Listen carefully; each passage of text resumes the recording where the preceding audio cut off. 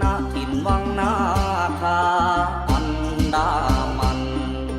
มีเทพจิตงดงามใจโอบเอื้อแผ่อารีสั่งสมบารมีบำเพ็ญเพียรนานมา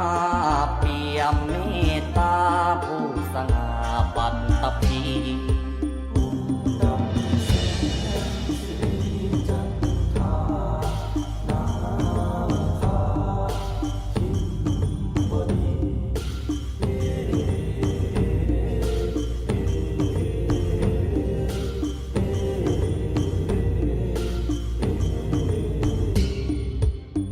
สัพพาวิชาแห่งมนตรา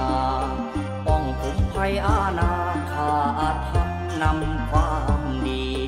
องค์ดำแสนผู้แสนฤทธีกำจัดเหล่าไพรีเจ้าแห่งศรีนาครากันหา